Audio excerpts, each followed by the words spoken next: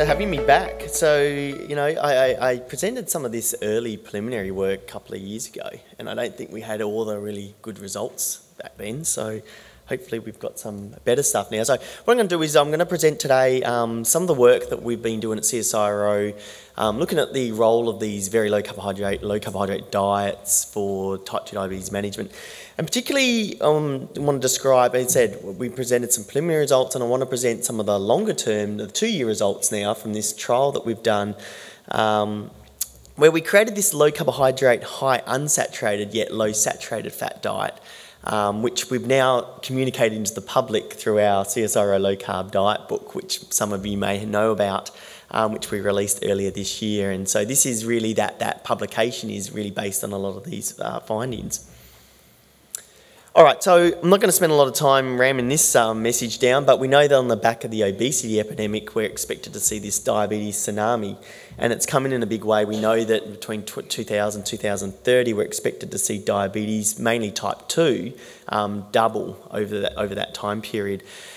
But what I find really interesting about type 2 diabetes is, whilst there is a direct interrelationship between weight gain, weight status, and diabetes type 2 risk, there still seems to be a disconnect between obesity and diabetes risk, and you can see this largely in these Asian regions, is where you don't see the same level of obesity as you do in Australia, the UK and the US, yet we're seeing this is where the explosion of diabetes is expected. And I think that what this really communicates is that there's nutritional and lifestyle factors beyond weight that actually matter. So if we think about type 2 diabetes as health professionals, how do we manage? We know that first-line treatment is lifestyle modification, diet and exercise. We know, and I don't think anyone in the room would probably dispute us today, that if we can get people and our patients to lose weight, we can reduce hypoglycemia and a lot of the metabolic risk factors associated with the disease. But a lot of the questions that we've had at CSIRO for a number of years is, how might this best be achieved? And which dietary approach might actually maximise or potentiate those benefits of weight loss and lifestyle modification? Because we know how difficult it is to get our patients to adhere to lifestyle modification, so we're going to go to all that effort. What might be the best strategies to actually maximise those benefits? And back in 2011, when we proposed this study to the NHMRC, a lot of our dilemma, if that's what we want to call it, was really, how do we manage diabetes from a nutritional perspective? And we know that the current general practice guidelines for type 2 diabetes management are still very much based on the Australian Dietary Guidelines for Healthy Eating for Adults, which also are based on the guidelines based on the nutrient reference values. And these guidelines actually still recommend that carbohydrate predominantly from low energy density and or low glycemic foods should contribute the majority of the total energy of our diet. But then when you look through the literature, these high carbohydrate, low fat diets we've traditionally used for diabetes management are often associated with only modest weight loss and risk factor reduction. And over the last 10, 20 years, and a lot of the colleagues that will speak, my colleagues that will speak today, have all contributed to this, we've seen a significant advancement in understanding the effects of protein, fat and carbohydrate on blood glucose control and CVD risk.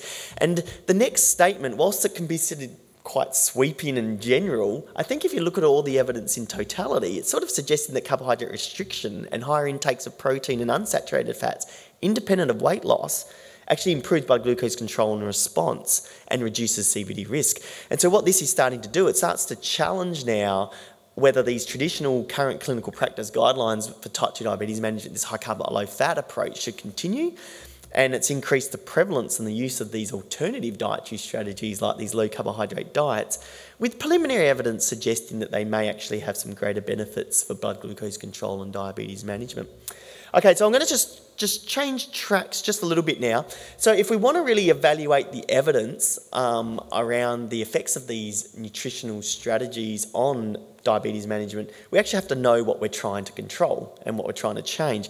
And so we know that blood glucose remains the primary therapeutic target. We know that if we can better improve blood glucose control in type 2 diabetes, we can reduce the development and progression of a lot of the vascular complications associated with the disease. But how do you actually assess that?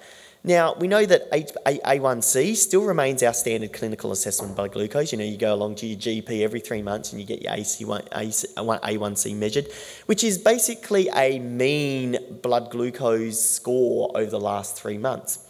And that still is our clinical measure. But this particular measure is not significantly altered by transient hypoglycemia, hypoglycemic events, and short-term glucose fluctuations, which actually explain a lot of the complication risk that is unexplained by HbA1c. And I guess there's even a greater acceptance now over the last 10, 15 years that postprandial glucose peaks, hypoglycemic excursions, and this growing interest in diurnal glycemic variability is being identified as an independent risk factor for a lot of the vascular complications. And this graph here really demonstrates that I know it's a bit small, but you and I could have the exact same HbA1c because it's an average measure over 3 months. But to get to that same A1C, you can have a very different profile around that mean. And so what we're saying here is that patients that have a more erratic profile throughout the day are at greater risk than those that may have a more flatlined, sort of more stable blood glucose profile. And so really, if we want to truly evaluate the effects of any dietary pattern or nutritional strategies, we have to really look at treatment targets that not only lower A1C, but also minimise these postprandial glucose peaks and daily diurnal blood glucose variability. All right, so that's what we're going to try and change. So how might we do that from a nutritional perspective? So let's look at carbohydrate first. So what about restricting carbohydrate? What would this do for blood glucose control? Now, we know that glycemic load has the greatest influence on postprandial glucose peaks and insulin response. And we know, how do we get to blood glucose glycemic load? We know there's 2 variables to glycemic load. We do acknowledge that it's both the type, so the quality, which is the GI of the carbohydrate, has an influence on glycemic load, but also the quantity of carbohydrate has an influence on glycemic load. And if you look at these 2 factors and you do the mathematical equations and you look at the studies, it's really the total amount that probably impacts glycemia or glycemic load the most. If you really want to drive glycemic load down, you drive the amount of carbohydrate down. And this was really demonstrated in a nice study in Gannon's group back in 2004, nice 4-week energy balance study that showed if you reduce or restrict carbohydrate, you can reduce A1C by about 0.25%, which is a clinically relevant reduction in A1C. So that's what you might think about with carbohydrate. But what about protein and fat for blood glucose control? What happens if you eat these? How does this work? And we know that consuming protein and fat attenuates the postprandial glucose rises by delaying the gastric emptying of carbohydrate. And it does this through inducing an incretin response. So by consuming protein and fat, what it does is it releases certain gastric hormones, which tends to blunt the blood glucose response to carbohydrate. And this was demonstrated in a nice study last year, a nice meta-analysis of feeding studies that showed, again, replacing carbohydrate with MUFAs and PUFAs as opposed to saturated fat actually significantly lowered A1C. So, you know, when you think about all of these evidence, these parts of evidence together, it would make at least logical sense. Why wouldn't you then go with a dietary pattern that's low in carbohydrate, high in fat and protein, that actually may be the most beneficial for improving glycemic control and diabetes management? And such a dietary pattern can be created in a way that's very nutrient dense, which in itself confers specific overall health benefits. Okay, so that's what the theory suggests. So what do the RCTs show about these low carbohydrate diets? And unfortunately, when you look through the literature, you know, there's lots of these studies in type 2 diabetes, but a lot of them are all these single-arm, non-randomised, short-term, very small studies, which you can't really draw a lot of inference about the applicability of these dietary patterns.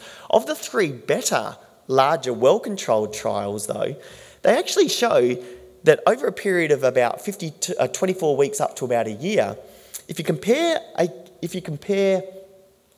a conventional, traditional high-carbohydrate, low-fat diet to a low-carbohydrate, high-fat diet, you can actually get a greater reduction in A1C by about 0.6 to 1%, which we've already established is a clinically relevant reduction in A1C. However, these studies aren't without their limitations. They don't include formal exercise programs or control activity, and we know as health professionals, we don't just advocate diet alone, it's always as a package, and so we really need to understand these dietary patterns as a lifestyle modification program. And they also, as we've already communicated, they also very much all limit their assessment of glycemic control to A1C and fasting blood glucose, and we've already talked about the important need to comprehensively assess blood glucose by not only looking at A1C, fasting blood glucose, but also looking at minimising daily blood glucose fluctuations. And so we basically proposed to the NHMRC that we really need a larger, more longer-term, well-controlled trials that comprehensively examine the effects of these dietary patterns on glycemic control, that comprehensively assess glycemic control. They include GV and postprandial glucose.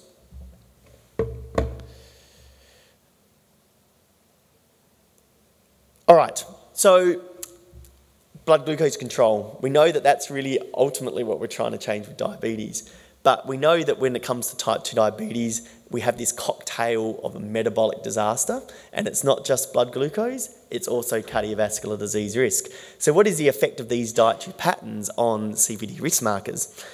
And unfortunately, you look through the literature, there isn't really some great studies in type 2 that have looked at these particular markers. But surprisingly, when you look through the literature over the last 10, 15 years, we've actually had some really good, several good long-term RCTs conducted in obese non-diabetes populations. And what they basically show that up to 1 year, again, compared to a traditional high-carbohydrate, low-fat diet, these very low-carbohydrate, high-fat diets tend to promote at least comparable or greater weight loss, greater reductions in triglycerides and increases in HDL cholesterol, which we know are key diagnostic criteria of the metabolic syndrome. And they tend to have similar reductions in blood pressure, insulin resistance, glucose homeostasis, and inflammatory marker status. But this is, so you think, I've put that as green because these are all sort of benefits. But then the story starts to become undone a little bit because then you start to look deeper into what these studies show. But whilst you see these positives, you see some of these detrimental effects of these low-carbohydrate diets on blood lipids and CVD risk concerns. And this is mainly really around... and I know that is being debated right now, but it's really around that these low-carbohydrate diets tend to promote higher LDL cholesterol responses, and we know that LDL remains a primary therapeutic target for CVD risk management.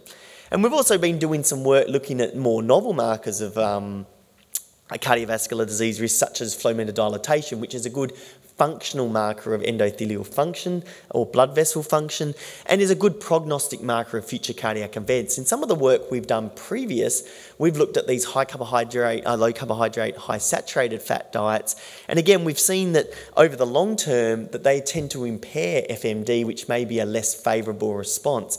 And so what we did is back in 2010-11, we went back to the lab and we tried to work out, so what is it all about these low carbohydrate diets? You know, and maybe it's because they, in addition to concomitantly increasing total fat, they actually also promote high saturated fat intakes. And we know now from a vast amount of nutrition evidence, it's really oils ain't oils, if you want to use that expression, that it's really the fat quality and type rather than the quantity per se that's the important thing. And if you look at saturated fat, they tend to promote insulin resistance that elevates LDL response and adversely affects FMD.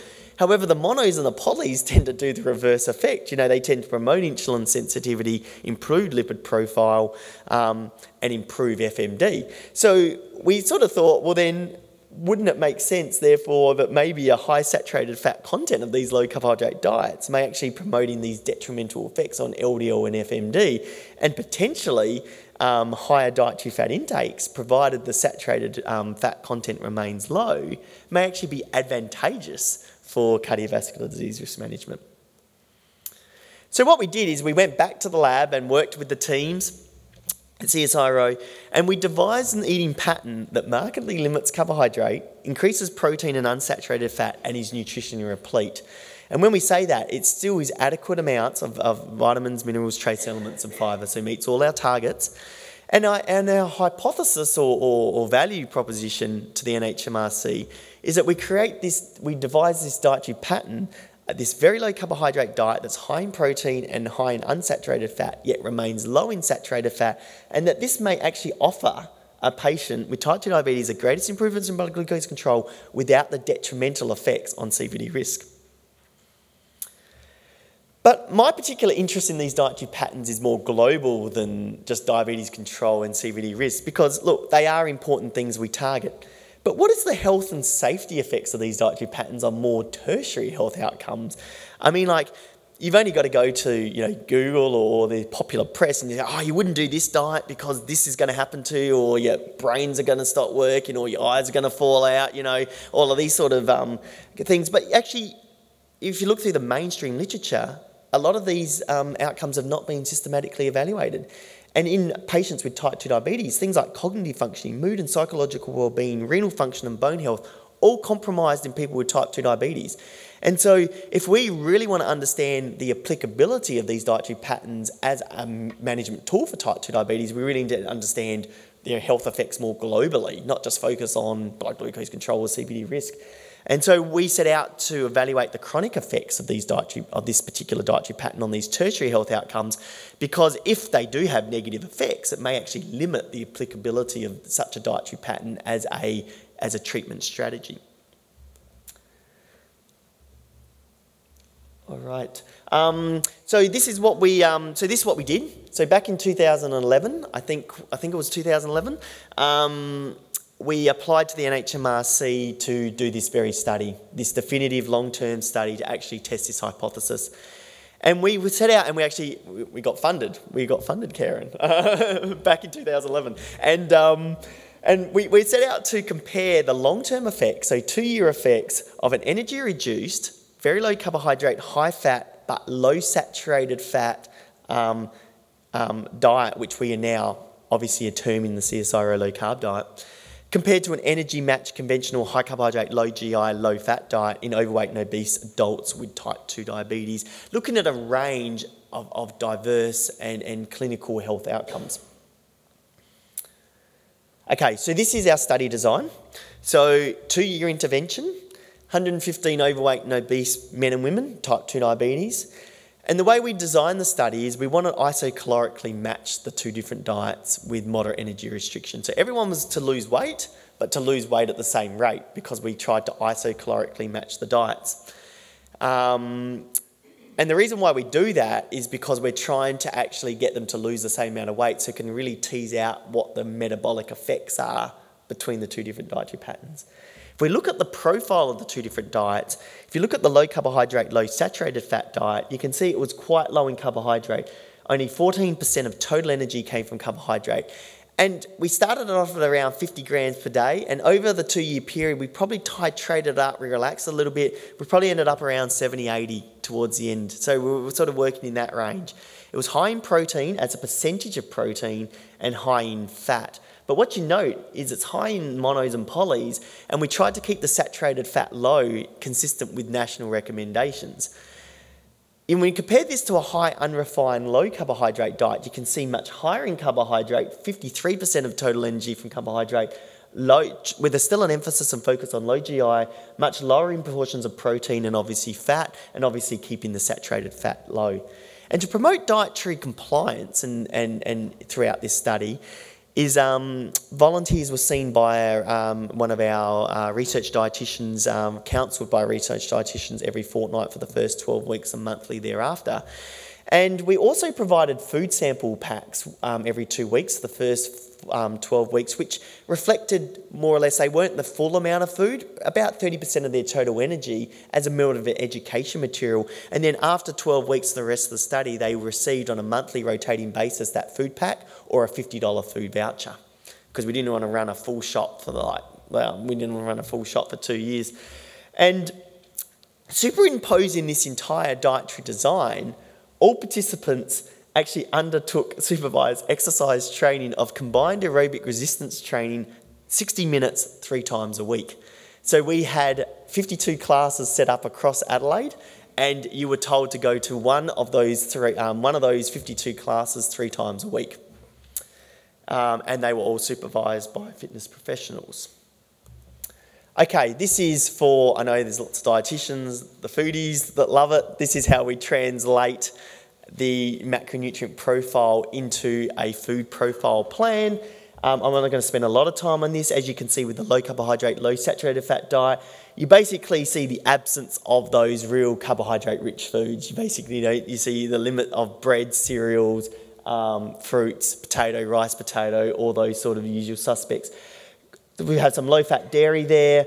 We still have some low GI, high-fibre cereal though. And as you can see, with good sources of protein, lean meats, and also good sources of the healthy fats through the margarine, monounsaturated varieties and the nuts. You compare this to high carbohydrate, low fat diet, you can see much lower portions of protein, much lower portions of fat, and you can see all the usual carbohydrate food, general suspects are there. You've got whole grain bread, and again, you see the potato and the pasta and the rice. All right, outcome assessments. So weight, we measured weight regularly throughout the study. And our key outcome assessments were those 0, 6 month, 1 year, 2 years. And largely what I'm going to present today is the 2 years data. And you might consider yourself lucky, but I've never presented this data before, actually. So, it's actually under current review, the 2 year data. Body composition, DEXA scans, CVD risk markers, so a whole suite of standard markers, as well as our functional markers, such as flow meter dilatation, as well as some of the emerging inflammatory and adhesion molecules as emerging markers of CVD risk. For glycemic control, we assessed A1C fasting blood glucose, but as we measured, we were really interested in this concept of glycemic variability, and so we basically put these continuous glucose monitors on people. For those that don't know what CGMS is basically a little it's a little sensor here that goes on the abdomen, and it collects an interstitial blood glucose every 5 minutes. So you end up with this bucket load of data, 288 values throughout the whole day. And if you collect this over a 3 to day 7 period, how do you make sense of all this data? And so there's these metrics that are being used now where you can actually convert this data into measures of glycemic variability, which is basically markers of how erratic your blood glucose looks. So the higher the score, the more erratic your blood glucose is over the day. Now, within any diabetes study, you really need to closely monitor medications because that in itself is an outcome. And so one of my colleagues at Duke University, I spent 6 months at Duke University in the US, he developed this really cool anti-glycemic medication effect score, which basically quantifies diabetes medications based on their potency and dose, looking at hypoglycemic agents and insulin. So you can actually summate, I guess, people's diabetes medications and actually come up with a unified score. So you can actually measure, I'm on X amount of units of medication at baseline, and then I can measure that post. Okay, psychological well-being, we assessed mood, diabetes, quality of life, emotional stress, so using a variety of standardised mood state questionnaires, profile of mood state, expect depression, inventory, Spielberger state anxiety. Problem areas in diabetes, cognitive function, appetite and renal function. You see bone health, and we measured a whole lot of adherence markers looking at people, were they adhering to the diets, were they adhering to the physical activity, etc. Okay, so now the fun part, the results. Okay, so these are our publications to date. So we've squeezed every last bit we can out of this study, and we're still going. So the 2 year data is currently under review. So what we're going to present today is the 12-month outcomes. I don't have it for everything, unfortunately, but I've got it for blood glucose control, metabolic health, CVD risk, renal function.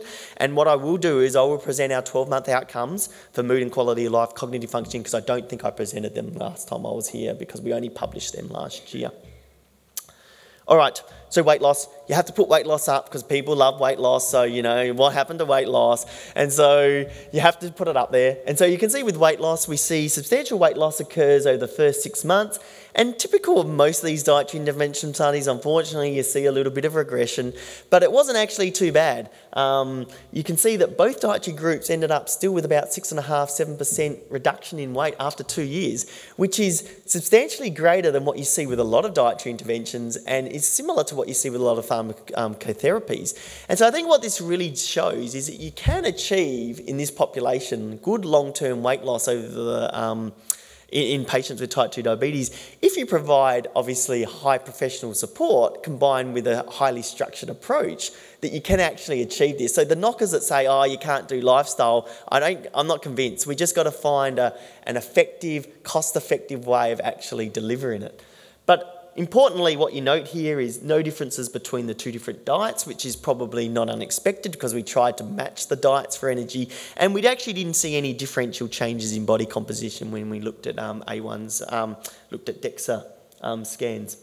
Okay, so glycemic control. This was our primary marker. So you can see glycemic control goes down, probably driven largely by weight loss. We see about a 0.7% absolute reduction in A1C. Again, this is a clinically relevant reduction in A1C, but disappointingly, same in both groups. And, it's like, that's what it is. That's what science does. But I think you have to put this into the context of what happens, though, with medication changes. So as I said, we use the anti-glycemic medication effect score, and this basically measures people's medication levels for diabetes control. And what you can see here is you see about a 2 to 3-fold greater reduction if you follow the low-carb diet than if you follow the high-carb diet of medication. So that's not any cost savings and all that, but you've got to put this result into the context of A1C, because if they were basically on the same amount of medication, you probably would see the A1C fall to much greater extent in the low-carb diet, but obviously you can't do that because you can't have people hypoing, so you've got to titrate their medications down. And we look at glycemic variability. So MAGE, CONGA, CESI. Look, you don't have to be an author on these things, but basically these are all interrelated. They're all markers of glycemic variability. They're basically telling you, is your blood glucose profile doing this sort of pattern? And if you look at these panels, whilst you don't see statistical significance against all of these panels, you see about a 2 to 4-fold greater reduction in glycemic variability with a low-carb diet than you do with a high-carb diet. So, look, high-carb diet still improves, and that's probably because we've improved the quality of the diet. But you can further magnify that improvement by potentially selecting a low-carb diet. So you can see here consistently across all these, you see about a 2 to 4-fold lowering. So what you're doing is we're taking the patient from doing this to doing a more stable profile. Okay, CVD risk markers, blood pressure, insulin resistance as measured by HOMA2 and CRP, which is an inflammatory marker. We see reductions in A1C, albeit a little bit more modest because the weight loss is lower, but we still see reductions in all these markers, but again, no differences between the two different diets. But this classical lipid response that we always see with low-carb diets, we see triglycerides go down to a much greater extent with a low-carb diet and HDL go up to a much greater extent. And we know that both high triglycerides and low HDL are key diagnostic criteria of the metabolic syndrome. And so what this suggests is maybe these dietary patterns have the most applicability for people with metabolic syndrome, type 2 diabetes or insulin resistance because of these changes. But for lipids, this is what we see for lipids. We don't see, and this is really interesting response, and maybe my colleagues might do, but even when you see with bariatric studies, you see still long-term weight loss, but lipids still go up over time. And I still haven't worked that out. I've spoken to a lot of my clinician colleagues and we can't work out the mechanism for that. But what we do see is that the important thing is you see highly insignificant, we see no differences in the LDL response between the two different diets. And the same with FMD. Unlike we've seen previously, we didn't see any differential response in FMD response between the two different dietary groups. And so we're proposing that's because we've removed the saturated fat, or we've tried to keep the saturated fat much lower, that we've actually removed those negative effects of LDL and FMD. For renal function, we looked at a whole panel of renal function, albumin excretion rate, serum creatinine, EGFR, creatinine clearance. We tried to measure them all. And because everyone says, you don't go on these dietary patterns, it blows your kidneys off, so why would you do it? So we wanted to actually have a look at this. And we don't see, again, any differential response between the two different dietary groups. And we looked at even albuminuria. We had 7 patients that had albuminuria, pathological albuminuria at baseline. 4 of them became normal albuminuria. The other 3 stayed in the same range. And most of them were normal albuminuria and remained the same after 2 years.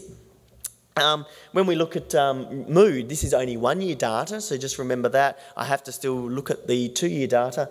Again, we looked comprehensively at mood and quality of life. Again, significant improvements as shown by reductions in scores across Beck Depression Inventory, profile of mood states, total mood disturbance scores and its subscales by a magnitude of about 14 to 43%. So good reductions in and improvements in mood, but again, no differential difference in the time course response. You can basically see, whilst it's a little bit of a zigzag, you basically see the two different diets more or less tracking each other. And the same with cognitive functioning. We had 9 cognitive domains we assessed with pencil paper as well as computer test battery, assessing a whole range of cognitive domains. And again, didn't see any differential response between these two different dietary patterns, which is contrary to popular belief. It was interesting though with cognitive function. I do find cognitive function an interesting outcome, particularly in weight loss and patients with insulin resistance type 2 diabetes, because we know these patients have got increased risk of having poorer cognitive health or performance. And we did see improvements over time with some of these markers, again, same between different diet groups. Now, because we don't have a non-dieting control group, you can't actually dismiss that this isn't a practice effect. You know, you do the test once, you do it again, you improve. But there's actually a study by Witt and colleagues that actually did a study with a non-dieting control group with obese patients with insulin resistance, and they actually saw improvements in episodic memory with improvements in insulin sensitivity. So maybe there's a potential, that you can actually improve cognitive performance in these populations at risk. So let's bring this to summary, and what I'm going to do is then spend, yes, I still have 5 minutes, and then I'm going to spend the last 5 minutes, 10 minutes, and then I still have, I want to actually spend the last, 10 minutes talking to about some clinical practice recommendations. If you want to do this, some of the things that you might want to think about if you're going to go and try this with patients. Because there is still a practical element to it. I've presented the science, but there's still a practical element of how you might actually do it. So if you look at a very low carbohydrate, high protein, high unsaturated, but yet low saturated fat diet, you compare this to a traditional standard practice diet, which is the high unrefined, low GI, low protein, low fat diet. Both are effective for weight loss and improvements in body composition. Both improve A1C.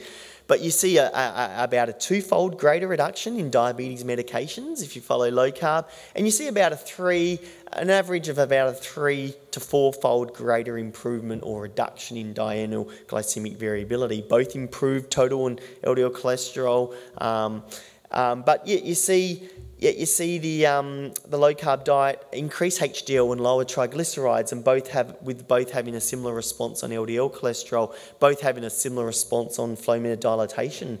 Both diets improving mood, quality of life, diabetes management, cognitive functioning, and both having similar effects on renal function. So look, we're never ever going to dismiss what we currently do. It is still an effective dietary pattern, high carb, low fat, why not?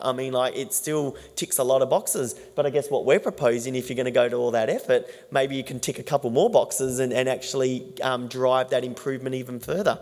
So we actually conclude that both low carb, low sat fat diet and a high carb, low fat diet produce similar weight loss, body composition changes, improvements in CVD risk markers, mood, quality of life and cognitive functioning. However, if you follow the low carb, low sat fat diet, which based on the results that we've shown today, that you can get more favourable improvements on the lipid profile, glycemic control and attenuating blood glucose fluctuations. And so incorporating this particular dietary plan within a comprehensive lifestyle modification program may actually magnify the benefits for improving not only glycemic control but also enhancing CVD risk, and that this may be more effective for patients with type 2 diabetes and metabolic syndrome. So look, I'm going to just now finalise and finish off with some practical key practice points. So a lot of patients and a lot of the public say, well, how do you define a low carb diet? What does this actually mean? And I don't think there's any real classical definitions. There was a paper, Freeman and colleagues, and a few of my colleagues at Duke University get a lot involved in this research, this low carb diet research. And I guess if you wanted to put some sort of quantitative definitions or classifications on this, a very low carbohydrate diet that's could be considered one that's about 20 to 50 grams. Those that actually really drive ketones up. So they induce dietary ketosis. We're not talking about the metabolic ketoacidosis. We're talking about dietary driven ketosis. What we've been sort of playing in is more the low carbohydrate diet, which is probably one that's probably around 50 grams up to about 130. Again, the percentages of energy can be variable depending on the size of the person. So that's very hard to sort of put it that, but that's where we've sort of been focusing in. You've got your moderate carbohydrate, which is probably around 130, 230 grams per day. And then you've got your high carbohydrate diet, which is what traditional guidelines are, which is sort of your greater than 230 grams per day type range. All right, so key practice science points. So what we've just described in the previous slide is there's obviously a wide carbohydrate range. You can go right from the ketogenic type model of low carb diet up to around around the 130, and so there's a wide range there. But I think what we've demonstrated here that in practice between about 50 to 100 grams that it has been and is actually achievable in dietary practice.